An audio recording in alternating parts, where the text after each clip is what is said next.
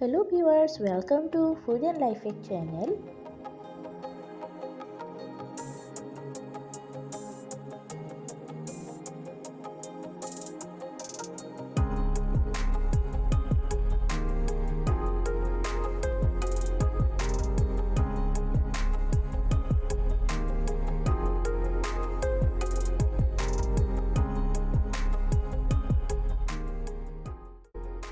Hello viewers, আজি আকৌ এটা পুনৰ সোৱাদ লগা ৰেচিপি লৈ আপোনালোকৰ ওচৰলৈ আহিলোঁ আৰু আজিৰ এই ৰেচিপিটো হৈছে ঢেকীয়া শাকৰ পকৰিৰ ৰেচিপি। ঢেকীয়া শাকৰ বিভিন্ন ধৰণৰ ৰেচিপি আছে নহয় জানো, আৰু ঢেকীয়া শাক খাই প্ৰায় ভালেই লাগে। সেয়েহে ভাবিলোঁ আজি এই সোৱাদ লগা ঢেকীয়া শাকৰ পকৰিটোনো কেনেকৈ বনাব পাৰি তাকে দেখুৱাওঁ। তেন্তে পলম নকৰি বলক ভিডিঅ'টো আমি আৰম্ভ কৰোঁ। তাৰ বাবে এয়া ঢেকীয়া লৈছোঁ, মিহিকৈ কাটি ল'লোঁ আৰু লগতে এয়া মই চাউলৰ গুড়ি লৈছোঁ।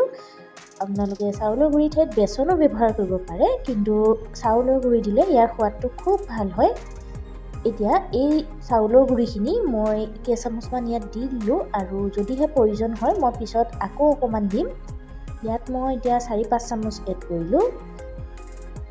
এতিয়া ইয়াতে দেখিছে ইয়াত মই মিহিকৈ কাটি লৈছিলোঁ পিঁয়াজ, সেইখিনিও এই ঢেকীয়া শাকৰ পাতখিনিৰ লগত দি লৈছোঁ। এতিয়া ইয়াতে অকণমান হালধি গুড়ি দিছোঁ, আপোনালোকে নিজৰ প্ৰয়োজন অনুপাতে দিব, আৰু লগতে মই সোৱাদ অনুযায়ী নিমখ দি লৈছোঁ। ইয়াতে এতিয়া মই প্ৰথমতে অকণমান বেকিং চ'ডা এড কৰিলোঁ, আৰু লগতে 1/4 টিস্পুন বেকিং পাউডাৰ আৰু 1/4 টিস্পুন জনি বা আজৱাইন এড কৰিলোঁ।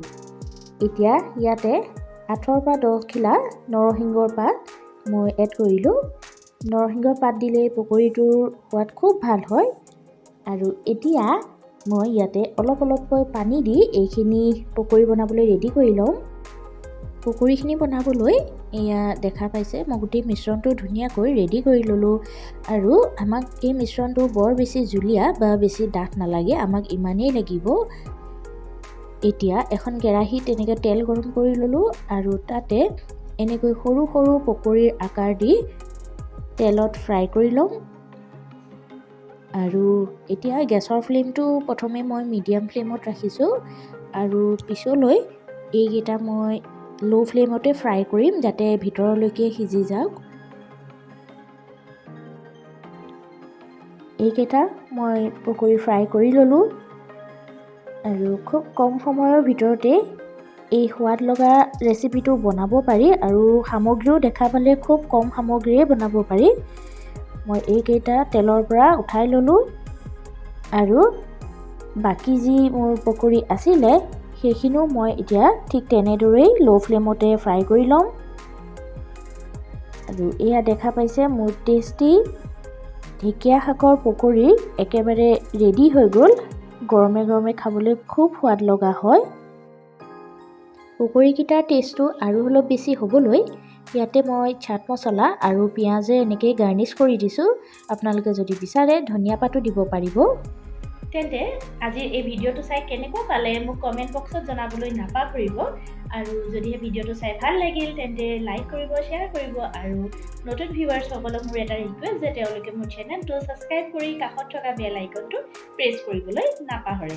তেন্তে পুনৰ এটা নতুন ভিডিঅ' লৈ আপোনালোকৰ ওচৰলৈ আহিম। আজিলৈ ধন্যবাদ।